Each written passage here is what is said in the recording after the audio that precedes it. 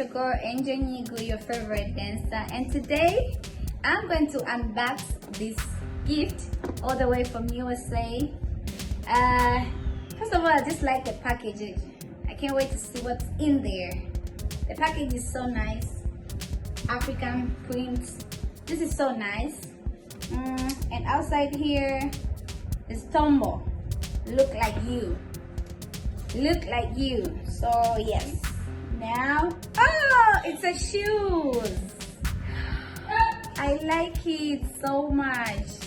This shoe is talking about African dance and African music, as you can see. Whoa, this is how I look. I like the shoes. Wow, so amazing. Kwa Tanzania wenzangu, tawandikieni chini hapo wapi unaweza kupata hizi viatu. Unaweza order your shoes now all the way from USA, Tombo.